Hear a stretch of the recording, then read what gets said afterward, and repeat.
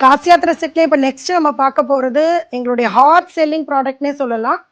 இந்த மாதிரி digital print பண்ண வெட்டிங்கோட ஈவெண்ட்ஸ் எல்லா ரிச்சுவல்ஸுமே பிரிண்ட் ஆகிருக்கிற ஒரு காசி யாத்திரை செட் தான் இப்போ நம்ம பார்க்குறோம். இதில் பார்த்தீங்கன்னா காசி யாத்திரை இது ஃபுல்லாகவே ஹேண்ட் பெயிண்ட் பண்ணி டிஜிட்டல் பிரிண்ட் பண்ணியிருக்கோம்.